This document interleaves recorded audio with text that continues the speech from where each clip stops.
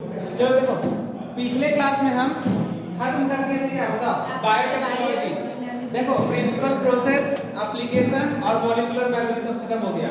हम लोग अभी चैप्टर स्टार्ट होने वाला है, क्या है बताओ, पढ़ के आओ कुछ? नहीं। कौन सा चैप्टर है? चैप्टर नंबर तो बताओ।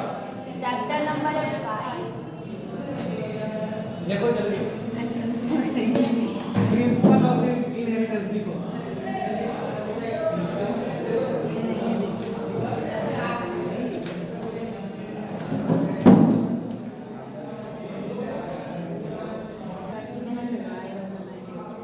चलो देखो, आज जो हम लोग स्टार्ट करने जा रहे हैं न्यू चैप्टर है, चैप्टर नंबर 12 का क्या 5 नाम है क्या, principle of inheritance and variation. देखो सबसे पहले किसी चैप्टर को पढ़ते हैं तो उसके बारे में हम लोग जानते हैं।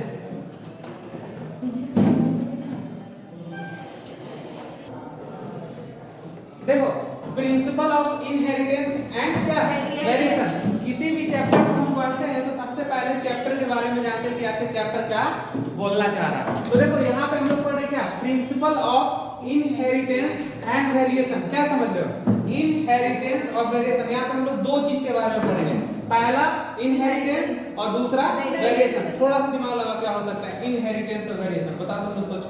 मतलब पेरेंट्स से जो ऑफस्प्रिंग्स में जाता है वो इनहेरिटेंस और जो थोड़ा अलग हो जाता है वो वेरिएशन। चलो गुड, अच्छा जवाब लिखो। तो देखो हम लोग इसमें जो स्टडी करेंगे इनहेरिटेंस और क्या वेरिएशन, यानी जो नेक्स्ट जनरेशन में जो ट्रांसफर होगा उसको क्या बोलेंगे इनहेरिटेंस, और उसमें थोड़ा सा जो सिमिलरिटीज नहीं मिलेगा, जो डिफरेंस रहेगा उसको क्या बोलेंगे वेरिएशन बोलेंगे। तो सबसे पहले हम क्या करेंगे इंट्रोडक्शन, तो लिखो इंट्रोडक्शन।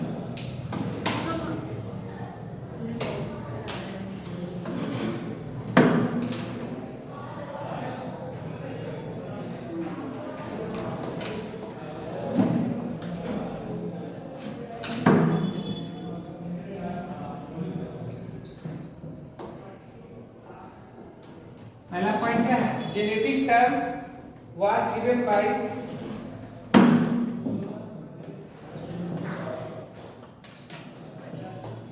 W.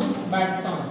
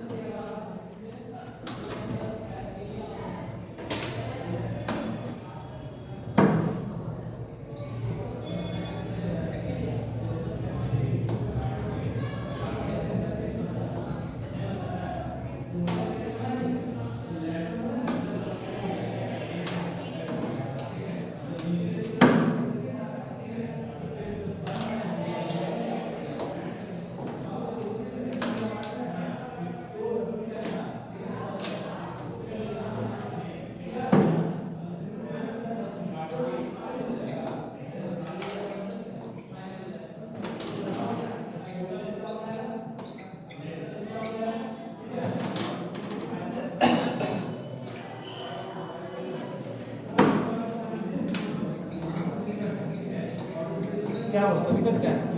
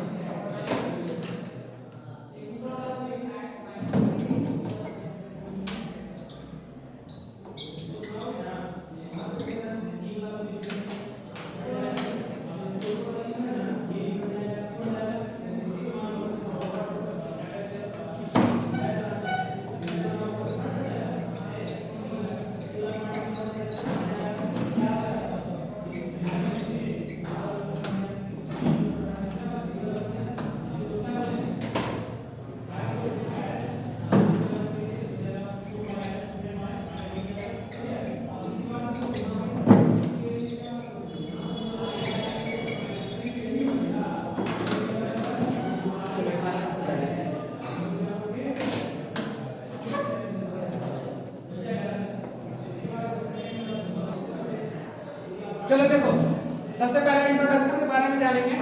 तो genetic term was given by कौन दिए? W Bateson. इसको इंपॉर्टेंट स्टार, ठीक है। दूसरा बात, जेनेटिक क्या है? जेनेटिक्स है क्या, ये बताओ। क्या है? of heredity and variation. Collective study of heredity and variation. अच्छा, इनहेरिटेंस और क्या बोलते हैं हेरिडिटी, तुम लोग क्या समझते हो इन दोनों का मतलब? दोनों एक ही चीज है।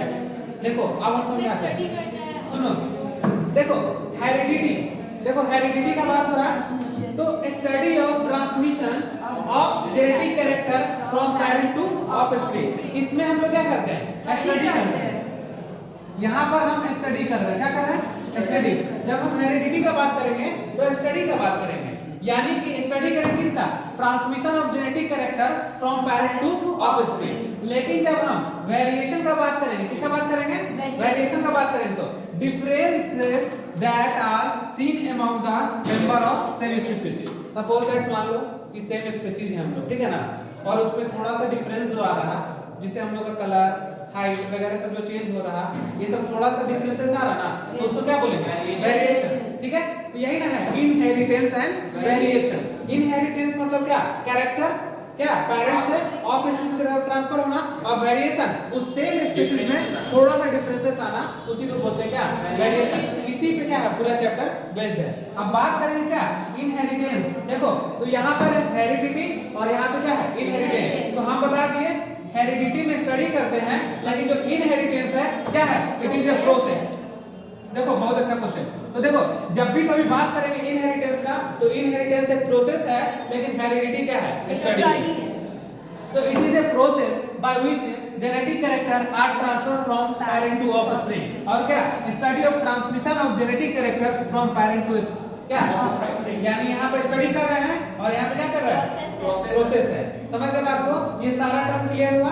देखो ये जो चैप्टर है, टर्म यहाँ पे बहुत इंपॉर्टेंट है। सबसे पहले हम लोग टर्म को समझेंगे, तभी जाकर पूरा चैप्टर क्लियर होगा। तो जैसे जैसे हम टर्म समझाते जा रहे हैं, उसको एकदम ध्यान से समझते चल जाना, तो चैप्टर अच्छा हो जाएगा। तो यहाँ पर किसी को कोई दिक्कत नहीं ना है। तो हम लोग क्या क्या सीखे? सबसे पहले चैप्टर का क्या है? थीम क्या है? तो इनहेरिटेंस एंड वेरिएशन। इनहेरिटेंस क्या जान गए? इनहेरिटेंस क्या? प्रोसेस है। और क्या? वेरिएशन क्या है? जो सेम स्पीशीज में थोड़ा सा डिफरेंसेस हो रहा है। हेरिडिटी क्या है?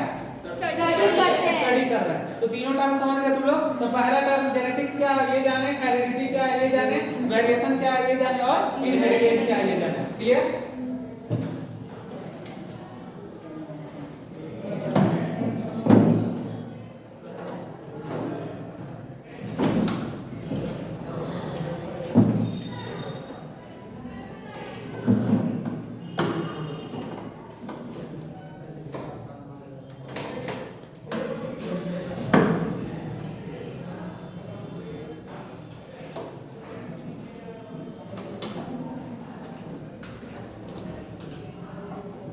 For the development of क्या? Genetic character.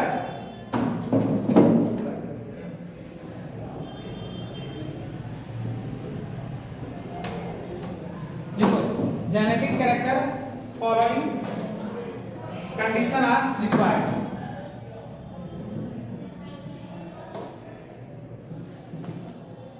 तो देखो for the development of genetic character following condition are required, मतलब कंडीशन होना चाहिए। क्या होना चाहिए? कंडीशन। कौन कौन सा कंडीशन रिक्वायर्ड है इसके बारे में हम लोग पढ़ते हैं। पहला, जीन शुड बी एक्सप्रेस। क्या बाबू? Gene should be express.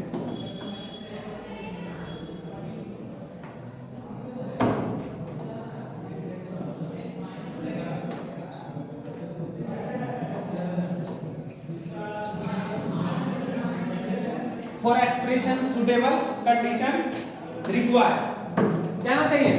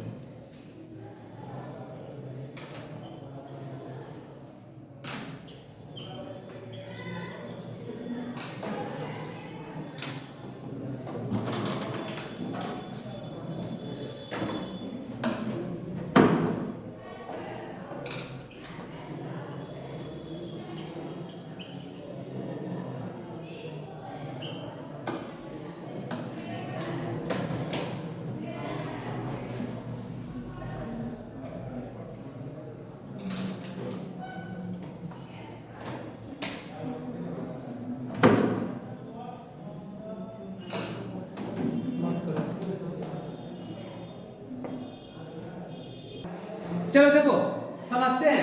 For the development of क्या genetic characters following condition are required, मतलब जेनेटिक कैरेक्टर्स को क्या डेवलपमेंट के लिए क्या रिक्वायर्ड कंडीशन होना चाहिए, ठीक है। तो पहला कंडीशन जीन शुड बी क्या एक्सप्रेस। अब मॉलिक्यूलर जेनेटिक्स तो पढ़ा दिए, एक्सप्रेस का मतलब तो तुम लोगों को समझ में आ रहा होगा, प्रोटीन बनना, ठीक है। फॉर एक्सप्रेशन सुटेबल कंडीशन, ये एक्सप्रेशन को होने के लिए क्या चाहिए सुटेबल कंडीशन चाहिए, क्या है इसका रिक्वायरमेंट है, समझ के बात को। सपोज दैट मानो ये क्रोमोसोम क्या पूरे में जीन रहता है, ये एक छोटे से पार्ट को क्या बोलते हैं जीन बोलते हैं। ये जीन क्या किया आरएनए बनाया, आरएनए के बाद क्या बनाया प्रोटीन्स बनाया, और प्रोटीन के बाद क्या बनाया एंजाइम बनाया, और एंजाइम का काम क्या है सबस्ट्रेट से प्रोडक्ट में चेंज कर देना, और यही प्रोडक्ट क्या बना दिया हाइट बढ़ा दिया, और क्या है इसी हाइट को क्या बोलेंगे, समझ में आया कुछ। जीन क्या क्रोमोसोम के एक छोटे से पार्ट को क्या बोलते हैं जीन, सबसे पहला टर्म। और ये जीन क्या करता है आरएनए से प्रोटीन, प्रोटीन से एंजाइम, और एंजाइम से क्या करता है जेनेटिक कैरेक्टर्स को ले आता है। अब समझो यार, आखिर इसको हाइट को बढ़ाने के लिए कोई ना कोई तो फैक्टर्स चाहिए, तो यहाँ पे जो फैक्टर्स काम करता है that factor is called growth hormone, यानी हमारे बॉडी में ग्रोथ हार्मोन है, ठीक है। वो हार्मोन स्टिमुलेट करेगा, इस जीन को स्टिमुलेट करेगा, और इस जीन से क्या होगा हाइट बढ़ेगा। तो देखते हो 18 से 20 साल के उम्र में हाइट बढ़ता है, तो ये जीन क्या कर रहा अपना एक्सप्रेशन को शो कर रहा। ऐसा नहीं है कि बुढ़ापा आया तो ये जीन खत्म हो गया हाइट वाला, बुढ़ापा आया तो ये जीन है हाइट वाला बट एक्सप्रेशन को शो नहीं कर रहा, वो एक्सप्रेस नहीं करेगा तो वो ग्रोथ हार्मोन जो वो फैक्टर काम नहीं करेगा तो हाइट कैसे बढ़ेगा। इसलिए बुढ़ापा में क्या होता है हाइट नहीं बढ़ता, बढ़ता है कभी तो 18 से 20 साल की उम्र में क्या होता है ये जीन ज्यादा एक्सप्रेस करता है, और यहाँ पे एक फैक्टर्स काम करता है that factor is called growth factor, जिस फैक्टर्स के कारण हाइट जल्दी जल्दी इंक्रीज करता है, समझ गए बात को। लेकिन ये कभी जीन खत्म नहीं होता है, बस ये जीन रहता है बट इसका एक्सप्रेशन क्या हो जाता है खत्म हो जाता है या कम हो जाता है, क्या हो जाता है कम हो जाता है, जिसके कारण से क्या होता है हाइट बढ़ना कम हो जाता है। तो समझ रहे हो जीन क्या है इंपॉर्टेंट है जेनेटिक कैरेक्टर को शो करने के लिए, अगर वो जीन रहेगा तभी इस हाइट को दिखा सकेगा, अगर ये जीन नहीं रहेगा तो क्या इस हाइट को शो पाएगा, अगर ये शो नहीं करेगा तो क्या जेनेटिक कैरेक्टर होगा। लेकिन इसको भी स्टिमुलेट करने के लिए फैक्टर्स चाहिए, और फैक्टर का जो लिंक पड़ता है उस फैक्टर को क्या बोलते हैं ग्रोथ फैक्टर। ग्रोथ फैक्टर क्या ग्रोथ हार्मोन, ये एक हार्मोन है जो कि हाइट को बढ़ाता है, और ये फैक्टर के रूप में काम करता है, उसको स्टिमुलेट करके क्या करता है हाइट बढ़ाता है। तो जीन क्या कर रहा जीन एक्सप्रेस करना, जीन शुड भी क्या एक्सप्रेस किया तो प्रोटीन बनाया, और प्रोटीन बना तो एंजाइम्स बना, तो ऑलरेडी जब प्रोटीन से एंजाइम बन जाएगा तो उसे सबस्ट्रेट को प्रोडक्ट में चेंज ही करेगा, और जो प्रोडक्ट बना वही प्रोडक्ट हाइट बढ़ा रहा, और इसमें कौन काम कर रहा तो फॉर एक्सप्रेशन सुटेबल कंडीशन। लेकिन इस चीज को करने के लिए एक सुटेबल कंडीशन चाहिए, वो सुटेबल कंडीशन मिलेगा तभी ये काम करेगा, नहीं तो अदरवाइज काम नहीं करेगा। यानी कि बुढ़ापा के एज में जो हाइट नहीं बढ़ता है वहां पे सुटेबल कंडीशन नहीं रहता है, जिसके कारण से क्या होता है हाइट नहीं बढ़ता है। लेकिन हम यंग स्टेज में देखें या टीन स्टेज में देखें जब हाइट बढ़ता है तो वहां पे क्या होता है सुटेबल कंडीशन प्रोड्यूस करता है, जिसके कारण से क्या करता है हाइट बढ़ेगा। तो समझ गए इतना पॉइंट ना। तो ये था क्या फॉर द डेवलपमेंट ऑफ क्या genetic character following condition are required, मतलब ये दो कैरेक्टर होना रिक्वायर्ड बहुत जरूरी है, तभी क्या करेगा ये जीन काम करेगा और एक्सप्रेशन अपना शो करेगा। देखिए ना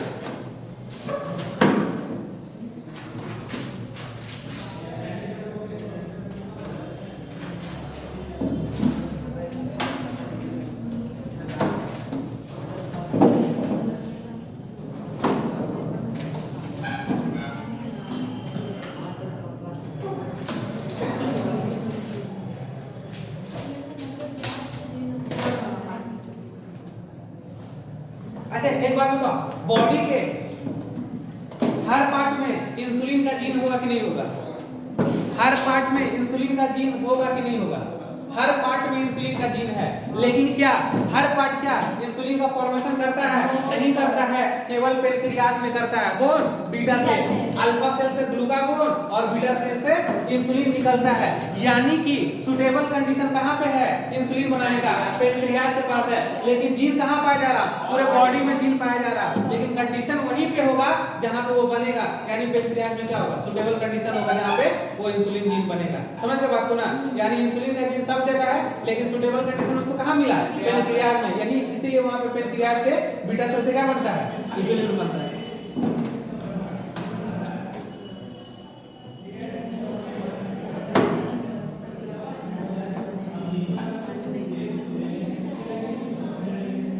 हिस्ट्री ऑफ रिसर्चर क्या इन जेनेटिक्स।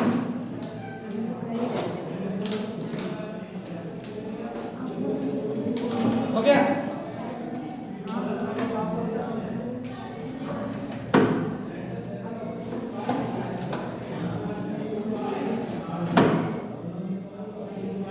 आंसर दिला तुम लोग बोलिए ना।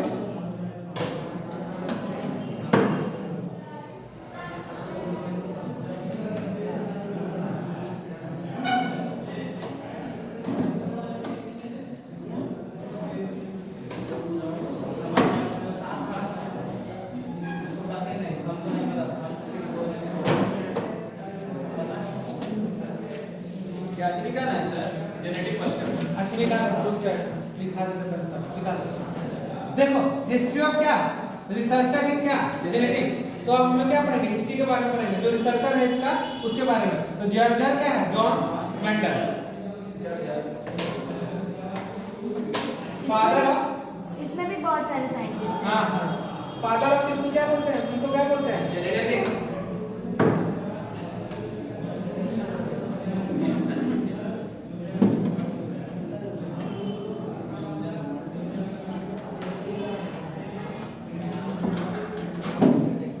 जेनेटिक्स।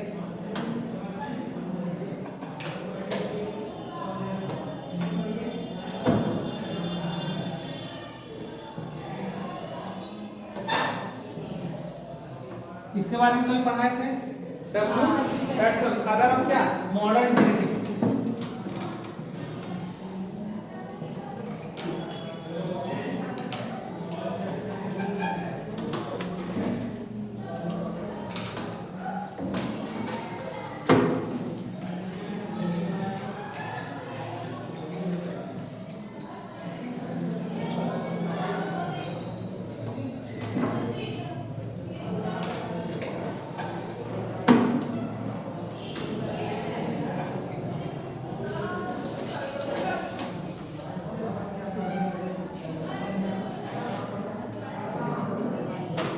एलिन समझते हो तुम लोग।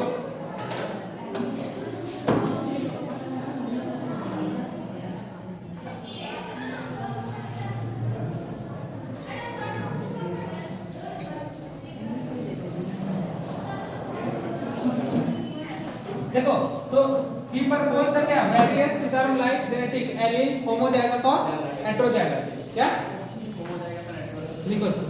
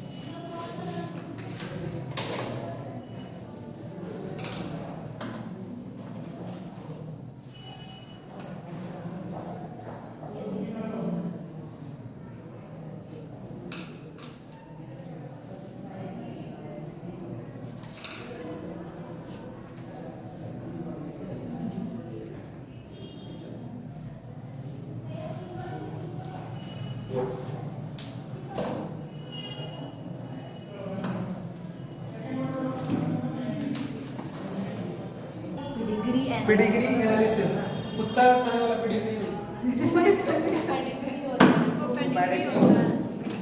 पेडिग्री एनालिसिस मतलब तुम्हारे अगर किसी जेनेटिक्स में कोई डिजीज है तो वो कैसे आएगा वो तुम्हें पढ़ाएंगे। ये टर्म आएगा क्रिस क्रॉस इनहेरिटेंस।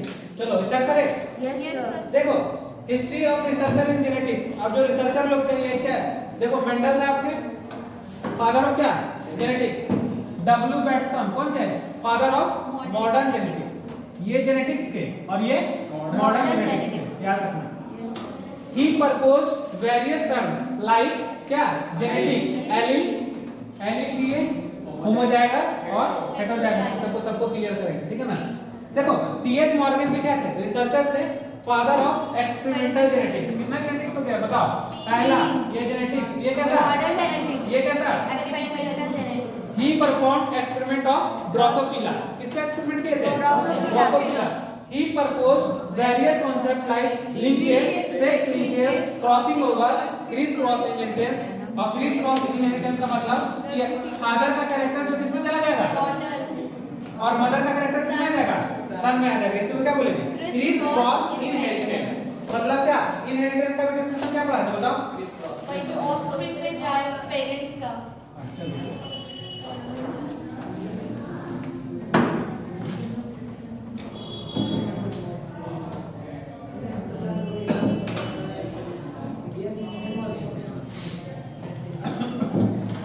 इसी में एक और पॉइंट लिखेंगे,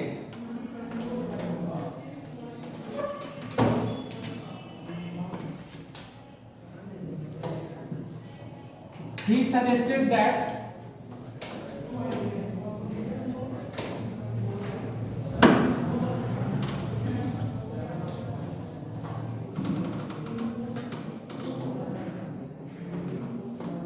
genes are linearly arranged और कहा क्रोमोसोम।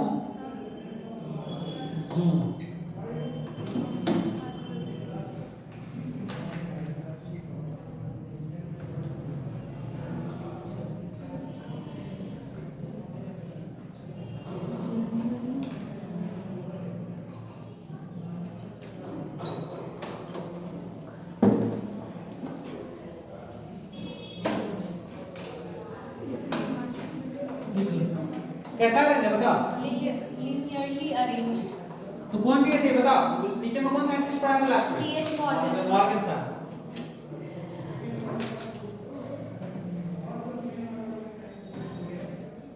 फास्ट को फास्ट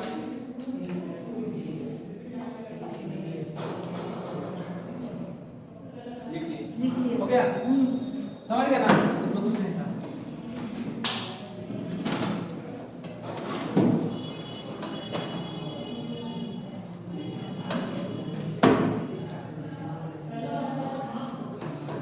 ए गैरोड ये साइंटिस्ट थे, कौन थे ए गैरोड, फादर ऑफ ह्यूमन जेनेटिक। क्या बोलते हैं फादर ऑफ ह्यूमन क्या जेनेटिक।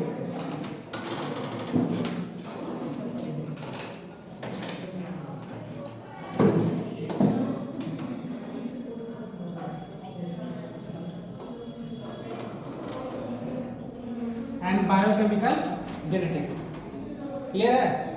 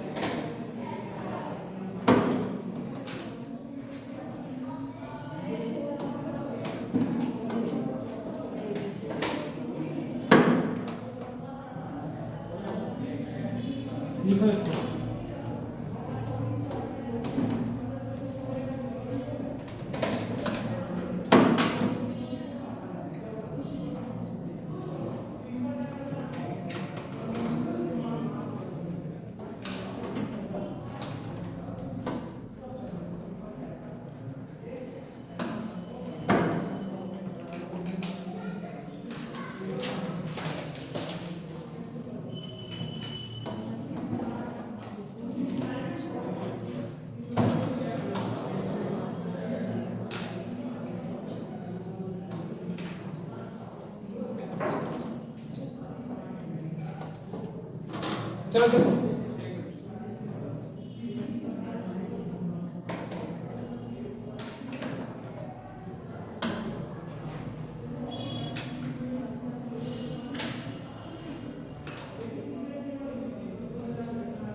देखो एक और एक जो साइंटिस्ट थे फादर ऑफ क्या ह्यूमन जेनेटिक है बायोकेमिकल एक डिजीज के बारे में बताए थे इसको क्या पढ़ेंगे बोलो क्या पेटोनिया कौन कौन क्या क्या बोल दिए एल्का पेनोरिया एल्का पेनोरिया पेनोरिया एल्का नहीं एल कप नूरिया बोलते हैं इसको एल कप नूरिया एल कप alkaptonuria T silent है एल कप नूरिया क्या बोलेंगे एल कप न्यूरिया इसमें क्या होता है इस disease में कि जो यूरिन जो होता है ना वो कैसा हो जाएगा ब्लैक हो जाएगा और इसका मैकेनिज्म पढ़ाएंगे जब डिजीज पढ़ाएंगे तब ठीक है ना इसी में पढ़ाएंगे डिजीज देखो गायरो डिस्कवर क्या first human metabolic genetic disorder first metabolic genetic disorder कौन था एल एल्का न्यूरिया न्यूरिया ठीक है। एल कप न्यूरिया न्यूरिया बोलोगे लास्ट में न्यूरिया एल्काप्यूरिया ये कैसा है मेटाबॉलिक डिसऑर्डर कौन कौन किए थे ये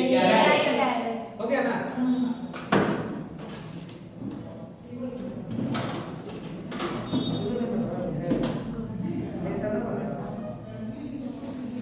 लिखो नेक्स्ट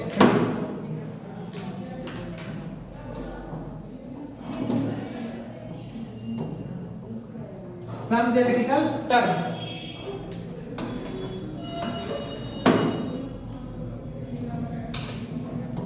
क्या होता है जी कैरेक्टर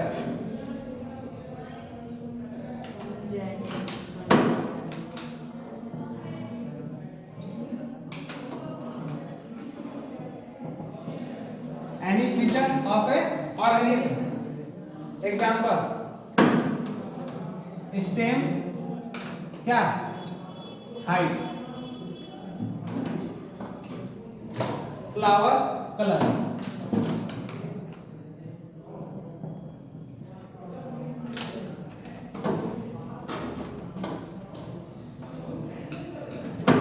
दूसरा लिखेंगे ट्रैक क्या लिखेंगे ट्रैक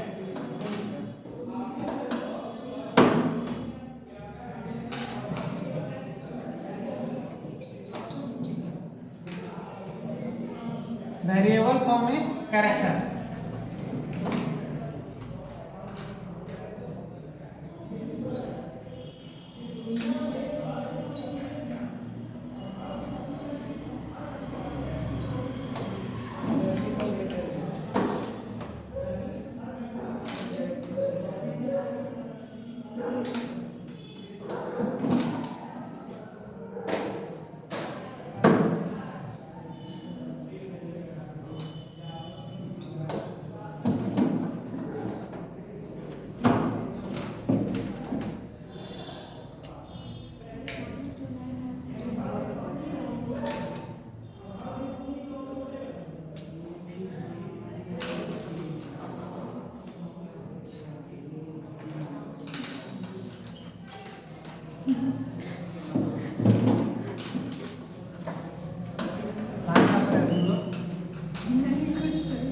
जल्दी बोलो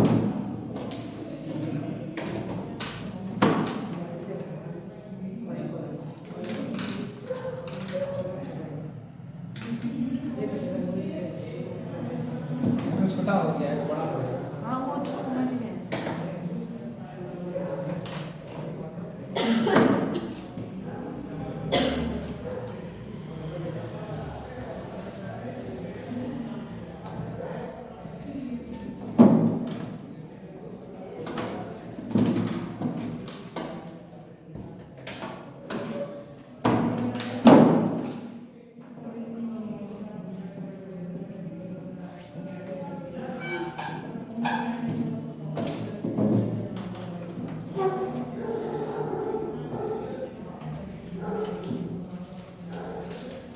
हाँ सर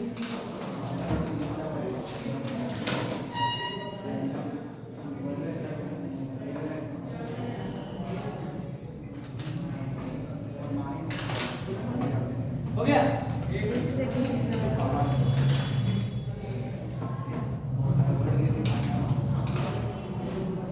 आप स्टार्ट कीजिए some genetical terms character organism. Example stem height, ठीक है, फ्लावर कलर, वहां पे बाद में हम आते हैं। देखो इधर पहले देखो, ट्रेट का मतलब क्या होता है? Variable form of A characters. तो टॉल और ड्वार्फ हो जाएगा। तो देखो ये प्लांट क्या है? टॉल है। ये इसका क्या है? ट्रेट है। और ये क्या है? ड्वार्फ है। ये इसका क्या है? और दोनों का क्या है? हाइट। टॉल और ड्वार्फ तो हाइट हुआ ना, और हाइट क्या हो गया? एक कैरेक्टर्स हो गया। तो कैसा हो गया? डिफरेंट हुआ कि नहीं हुआ? तो different form, variable form of a character is called trait, यानी variable form of a character is called trait. तो इसी तरह यहाँ पे फ्लावर देखेंगे, कलर देखो यहाँ पे क्या लिखा हुआ है? फ्लावर कलर वायलेट और क्या हो गया? वाइट। ये दोनों क्या हो गया? ट्रेट। क्लियर हो गया? ट्रेट क्या है और कैरेक्टर क्या है?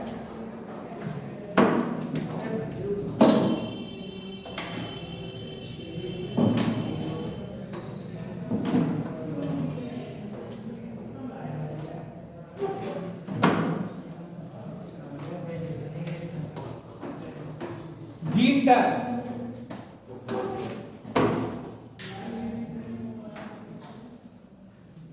देखो जीन का टर्म कौन दिया तो बताओ? हाँ?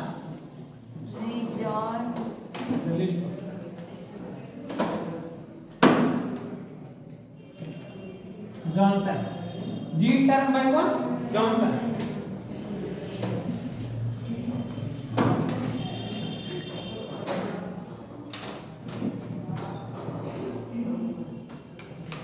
देखो मेंडल यूज टर्म, एलिमेंट और factor.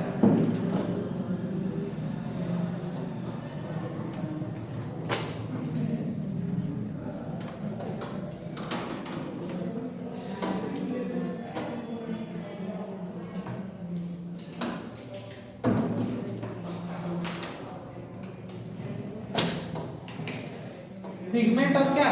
DNA that is responsible for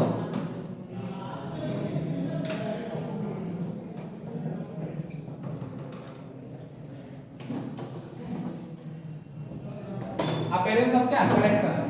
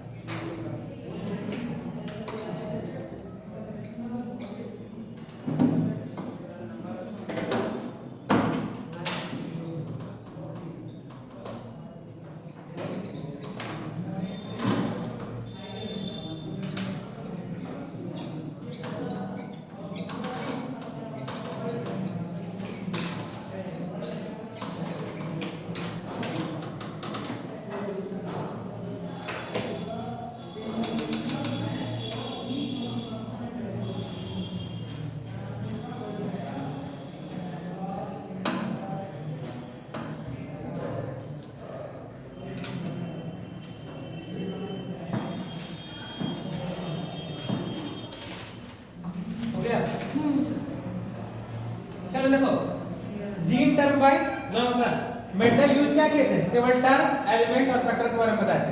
ठीक है, segment of DNA that is responsible for क्या? Appearance of character. यानी ये बोले कि सेगमेंट ऑफ डीएनए है, ये क्या करेगा, रिस्पांसिबल है किसका, अपीयरेंस ऑफ कैरेक्टर। अब देखो segment of DNA direct genetically क्या करता है, सिंथेसाइज आरएनए और प्रोटीन।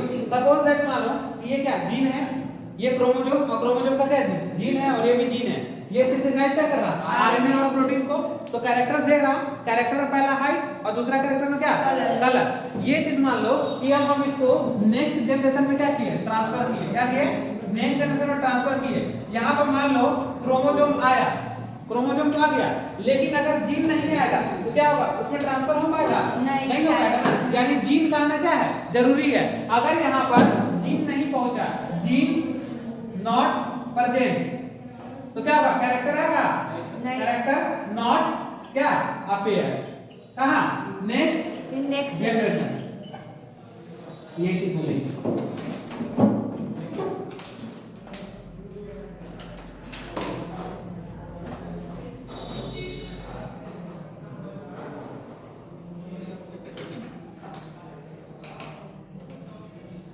यानी कैरेक्टर में कोई भी ले लेंगे, या तो हाइट ले लेंगे या तो कलर ले लेंगे। अगर दोनों में से कोई कैरेक्टर्स नहीं आएगा, होगा कभी, अगर जीन नहीं आएगा, ये वाला जीन को नेक्स्ट जनरेशन में क्या ट्रांसफर होना जरूरी है। केवल क्रोमोसोम ट्रांसफर होने से कुछ नहीं होगा, जीन को जाना पड़ेगा। अगर जीन जाएगा तभी वो कैरेक्टर को अपीयरेंस ले सकता है, या तो हाइट में या तो कलर में। ओके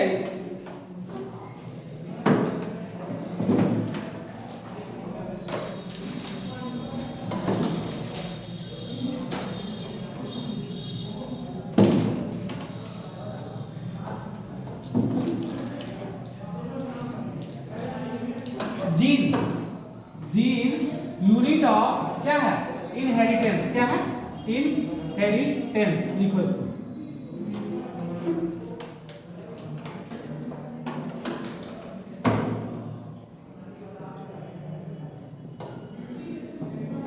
केमिकली जीन इज क्या, डीएनए। क्या बाबू, DNA. All gene are DNA, note all gene are DNA, but क्या बाबू, but all DNA are but all DNA are not gene। very important point, ठीक है ना।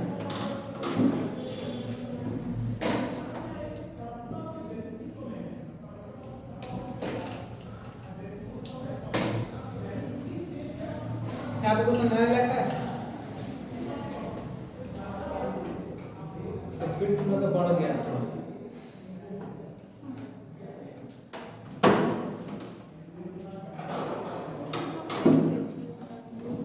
हेडिंग डालेंगे allele, क्या डालेंगे, एलिल।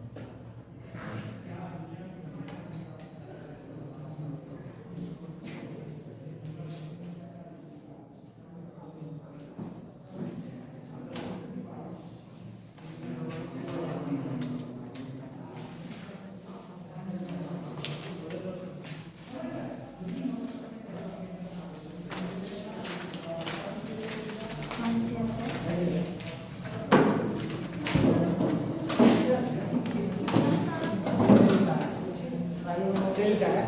सिर्फ सेल है ना? हाँ हर एक चैप्टर में 300 प्लस क्वेश्चन रहेगा, अब तुम लोग को करना है, असाइनमेंट मिलेगा, ठीक है ना? देख लो इसमें सारा क्वेश्चन होगा, हॉर्स से लेकर हाई ऑर्डर थिंकिंग स्किल बोलते हैं उसको, हॉर्स का मतलब, आंसर ठीक है ना? चलो मर्यादा रखना, मेरे फोटो का तो क्वेश्चन बना लेंगे। यही तो खुश होके बोल रही है, आंसर भी है। चलो देखो आ जाओ पॉइंट पे आ जाते हैं। देखो बाबू यहाँ पर हम बात करें क्या, अलील, किसका बात कर रहे हैं? अलील। ये दो क्रोमोसोम लिए, ठीक है ना? ये दो क्रोमोसोम लिए, शुरू में ये हाइट वाला जीन और ये कलर वाला जीन, ये भी हाइट वाला जीन और ये भी कलर वाला। देखो शुरू में ये, अभी समझना, शुरू में ये भी क्या बना रहा होगा? आरएनए, ये भी आरएनए से क्या बना रहा होगा? प्रोटीन, और प्रोटीन से क्या बना रहा होगा? हाइट हो रहा होगा। ये शुरू में ये भी यही काम कर रहा था ना? चलो फिर भी हम इसको अलील क्यों बोलेंगे? देखो शुरू में ये जो है हाइट है जो तुम्हारा, इसको हम क्या माने? कैपिटल टी था। क्या था? ये था कैपिटल टी। क्या था बाबू? टॉल था। और शुरू में ये भी क्या था? टॉल था। लेकिन क्या आप इसको अलील मानेंगे? कोई डिफरेंस है दोनों में? दोनों तो कैपिटल टी ही है। अभी रुक जाओ, अभी लिखो ना, आप बोलिए ना। देखो ये कैपिटल टी था और ये कैपिटल था, समझना कॉन्सेप्ट। ये हमारा क्रोमोसोम और इस पे लगा हुआ जीन, और ये हाइट कब होगा? जब इतना प्रोसेस गुजरेगा तब तो हाइट आएगा, एक्सप्रेस करेगा ना जी। यानी हाइट क्या होगा? टॉल होगा। क्या होगा?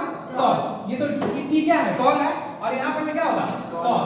स्टार्टिंग में जब हम देखे तो टॉल हुआ। क्या हुआ? दोनों जीन क्या था? टॉल था। लेकिन फिर हम एलील कैसे बोलेंगे? अब अलील बोलने के लिए हम यहाँ पर म्यूटेशन हुआ, म्यूटेशन होता है ना, जो चेंज हो रहा था, यहाँ पर म्यूटेशन हो गया। क्या हो गया? म्यूटेशन। क्या हो गया? म्यूटेशन। इसमें म्यूटेशन हुआ। जब म्यूटेशन हो गया इसमें, तो ये क्या आरएनए बनेगा? नहीं बनेगा। जब प्रोटीन्स भी नहीं बनेगा तो हाइट क्या? टॉल होगा। तो ये क्या हो जाएगा? ड्वार्फ हो जाएगा। क्या हो जाएगा? ड्वार्फ हो जाएगा। क्या हो गया? ड्वार्फ। तुम लोग यही टर्म लिखना, अभी नहीं लिखना। देखो इसको क्या लिखेंगे? ड्वार्फ लिखेंगे। देखो पहले शुरू में दोनों का हाइट लंबा, लेकिन इसमें म्यूटेशन हुआ, और म्यूटेशन जब हो जाता है किसी जीन में तो वो एक्सप्रेस नहीं करेगा, तो आरएनए नहीं बनेगा। आरएनए नहीं बनेगा तो प्रोटीन्स नहीं बनेगा। तो ये क्या टॉल हो पाएगा? हाइट इसका नहीं हो पाएगा। अब जब टॉल नहीं हो पाया तो इसके पास एक ही ऑप्शन है, ड्वार्फ था। तो ये क्या हो गया? Small T. इसको क्या बोलेंगे? Small T. तो capital T is tall and small T is dwarf. अब ये दोनों को हम क्या बोल सकते हैं? एलील बोल सकते हैं। यस। समझ में आया कुछ? यस। अलील लिखो।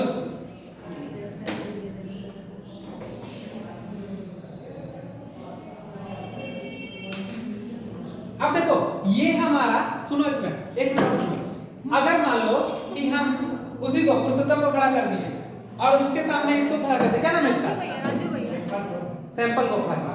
अब दोनों को खड़ा किए, यहाँ देखो, यहाँ पर हम इसको खड़ा किए, ये पुरुषोत्तम और ये क्या? सैंपल। अब देखो अगर हम देखेंगे तो ये क्या इसको ढक नहीं ले रहा, तो क्या डोमिनेट कौन हो गया यहाँ पे? पुरुषोत्तम। तो ये क्या हो गया? डोमिनेट। क्या हो गया बाबू? डोमिनेट। और ये क्या हो गया बताओ? ये रिसेसिव। आप समझ में आया? तो ये डोमिनेंट कैरेक्टर हो गया और ये रिसेसिव का कैरेक्टर हो गया। समझ में आ गया? तो देखो जल्दी से लिख दो।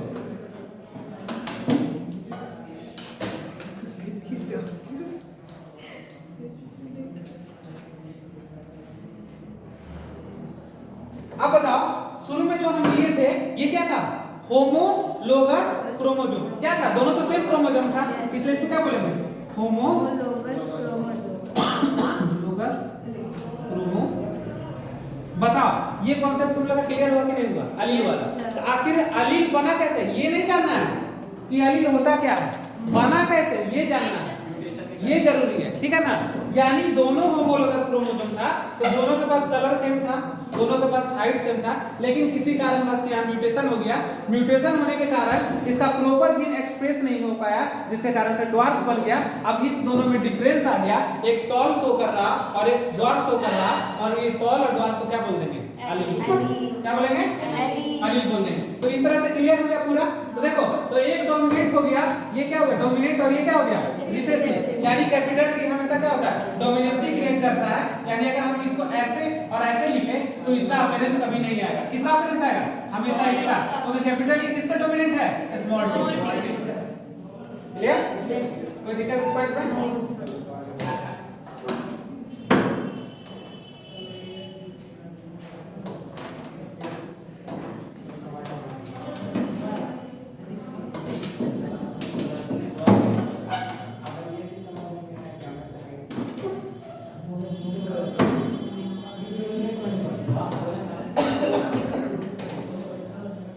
अब देखो, एलील एराइजेस ड्यू टू क्या? बताओ। Allele arises due to mutation. किसके थ्रू हो गया? म्यूटेशन के थ्रू।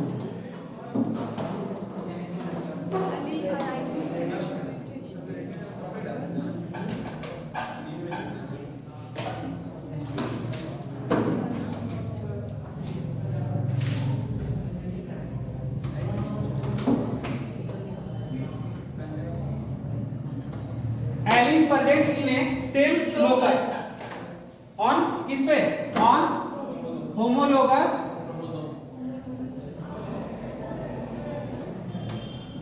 देखो, लोकस का मतलब समझ लो, केवल समझ लो इसको, देख लो, इसको समझ लेते हैं। ये हमारा क्रोमोसोम हुआ और ये हमारा क्या हुआ? क्रोमोसोम, और ये भी क्या? क्रोमोसोम। अब देखो, इसका जीन हाइट वाला यहाँ पे और इसका जीन हाइट वाला यहाँ पे, तो सेम लोकस पे है कि नहीं? इसी को क्या बोलते हैं? पोजीशन को लोकस बोलेंगे। क्या बोलेंगे? Locus.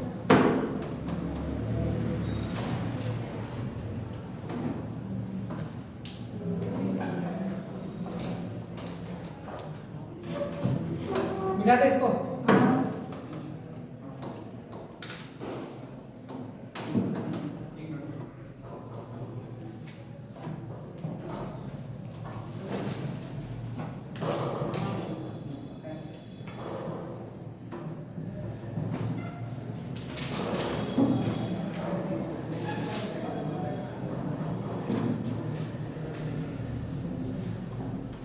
Which of the following is correct representation?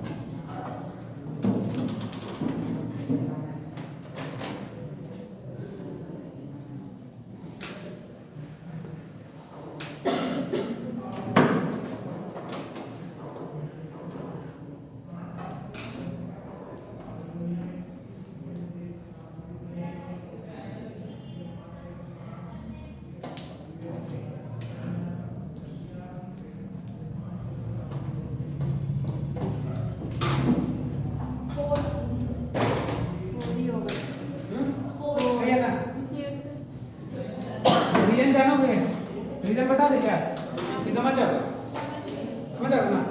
क्योंकि इसका लोकस एक जैसा आप समझ गए, लोकस कॉन्सेप्ट बना दीजिए क्वेश्चन, ठीक है ना? इसको नोट कर लो। पढ़ लिया।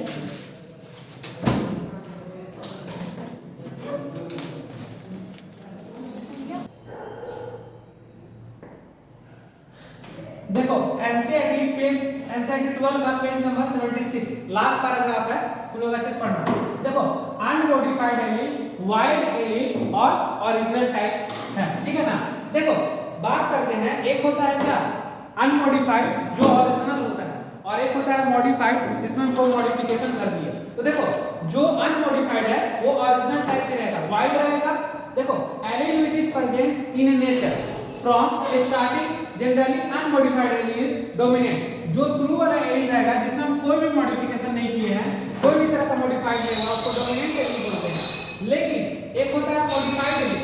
सपोज दैट मान लो किसी अनमॉडिफाइड एलील में हम क्या कर रहे हैं, थोड़ा सा मॉडिफिकेशन कर देंगे। वो जो मॉडिफिकेशन हुआ वो किसके थ्रू, म्यूटेशन के थ्रू, तो कैसा हो जाएगा रिसेसिव एलील। यानी कि हम बात करते हैं जो ओरिजिनल एलील है वो कैसा एलील होगा तुम्हारा, वो एलील जो होगा हमारा वो एक तरह से क्या होगा, ओरिजिनल एलील होगा जो अनमॉडिफाइड होगा, और वो जो मॉडिफाइड एलील है उसमें म्यूटेशन हो जाएगा, जिसको क्या बोलते हैं मॉडिफाइड एलील। तो मॉडिफाइड एलील हमेशा रिसेसिव एलील होता है, और जो हमारा जो अनमॉडिफाइड एलील होता है वो डोमिनेंट एलील होता है। चलो इसके कॉन्सेप्ट को हम लोग अच्छे से समझते हैं।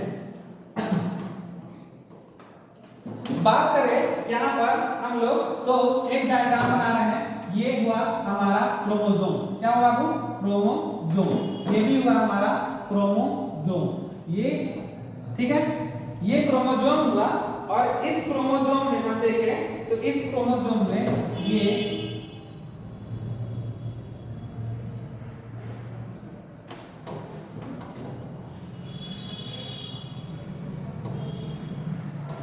यहां पर ये जो क्रोमोसोम हुआ इसमें ये जीन है और ये जीन है, ठीक है, ये जीन है। तो यहां पर आरएनए से हमारा बनेगा प्रोटीन्स, और प्रोटीन से बनेगा नॉर्मल एंजाइम, ठीक। ये नॉर्मल एंजाइम बना, तो ये नॉर्मल एंजाइम क्या करेगा, इसको सबस्ट्रेट से लेकर प्रोडक्ट में आसानी से चेंज कर देगा। तो ठीक है, ये हमारा जीन, तो ये शुरू का जो है ये भी अनमॉडिफाइड है एलील, और ये भी हमारा क्या है अनमॉडिफाइड एलील। शुरू का बात कर रहे हैं, ये दोनों अनमॉडिफाइड एलील है। ये जब अनमॉडिफाइड एलील है तो ये आसानी से जीन आरएनए बनाएगा, प्रोटीन्स बनाएगा, नॉर्मल एंजाइम बनाएगा, और जो प्रोडक्ट बनेगा हमारा ये टॉल बनेगा। कैसा बनेगा, टॉल। ये टॉल बना, जब इसको टॉल बोलेंगे हम तो ये टॉल जो है ये डोमिनेंट है, ओरिजिनल है। कैसा है, ये डोमिनेंट भी होगा और ओरिजिनल भी होगा, और इसका क्या होगा फिनोटाइप अपीयर होगा। तो देखो शुरू में अनमॉडिफाइड एलील के बारे में हम बात करते हैं, तो ये क्या होगा हमारा जीन्स कैसा बना रहा, टॉल डोमिनेंट बना रहा, क्योंकि सारा चीज यहाँ पे क्या हो रहा है नॉर्मल हो रहा, ठीक है। और ये दोनों क्रोमोसोम होमोलोगस है,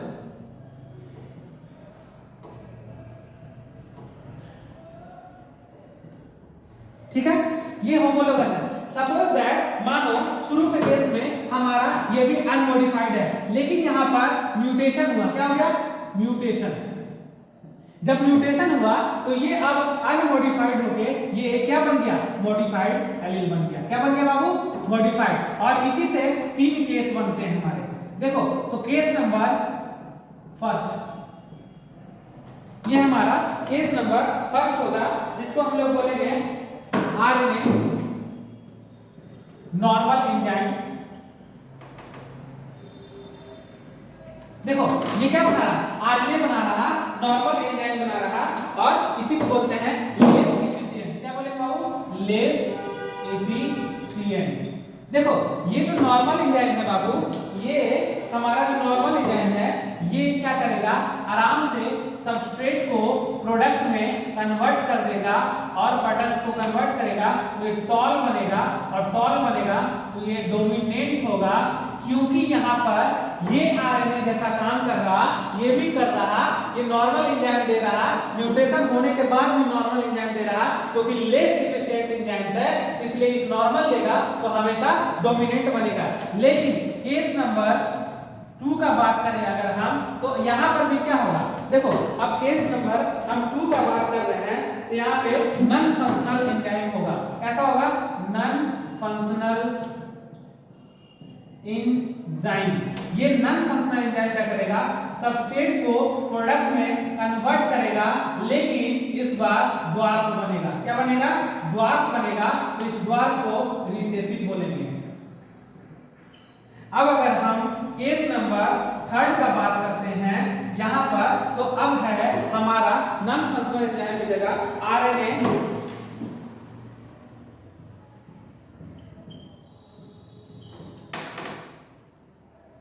देखो आरएनए हो जाएगा और वहां पे नॉट होगा, नो एंजाइम एट ऑल होगा, यहाँ पे नो एंजाइम एट ऑल होगा। तो यहाँ पर जो बनेगा, यहाँ पर भी सबस्ट्रेट बनेगा, यहाँ पर प्रोडक्ट को कन्वर्ट करेगा, लेकिन फिर भी ये रिसेसिव बनेगा। कैसा बनेगा, ड्वार्फ, और ड्वार्फ बनेगा तो रिसेसिव होगा। तो देखो यहाँ पर हम बात करेंगे, जब हम अनमॉडिफाइड में थे तो सारा चीज नॉर्मल चल रहा था, लेकिन जैसे इसमें म्यूटेशन हुआ तो केस आया, लेकिन पहला वाला केस लेस एफिशिएंट वाला में हमेशा टॉल बनता है। लेकिन अगर हम केस 2 का बात करें, नॉन फंक्शनल एंजाइम, अगर एंजाइम बात नहीं बनेगा तो क्या होगा, ड्वार्फ बनेगा, रिसेसिव होगा, और थर्ड में भी क्या बनेगा, ड्वार्फ और रिसेसिव बनेगा। तो इस तीनों को आप लोग अच्छे से ध्यान देंगे, और page number 76 last paragraph NCERT 12th class का जाके chapter number 5 principle of inheritance और वेरिएशन को अच्छे से पढ़ेंगे तो ये सारा कॉन्सेप्ट आपका अच्छे से क्लियर हो जाएगा। सब इसमें पॉइंट है कुछ उसमें, तो हम यहाँ पर बात करेंगे। तो एक तरह से टोटल हो गया। अब बात करते हैं यहाँ पे कुछ थोड़े से कॉन्सेप्ट और रह गए हैं, उसको हम आप लोग को नोट करके लिखा देते हैं, आसानी से आप लोग देखेंगे।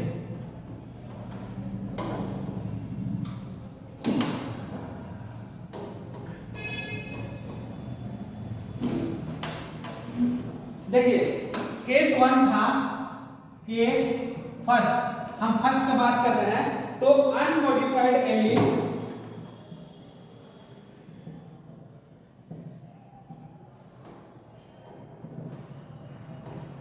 ये था अनमॉडिफाइड एलील और अनमॉडिफाइड एलील दोनों डोमिनेंट।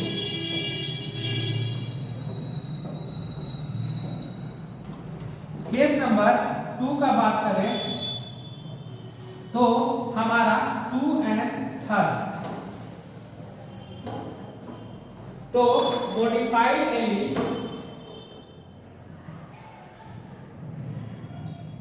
ये रिसेसिव होगा और अनमॉडिफाइड एलील ये हमारा डोमिनेंट होगा। इक्वलिटी नहीं आएगा दोनों में। तो ये इस तरह से पूरा हम क्लियर कर दिया आप लोगों को। आप लोग अच्छे से जाके इस टॉपिक को पढ़ेंगे। मिलते हैं फिर से हम नेक्स्ट लेक्चर में, नेक्स्ट टॉपिक को लेकर आते हैं आपके सामने, chapter number 5 principle of inheritance and variation.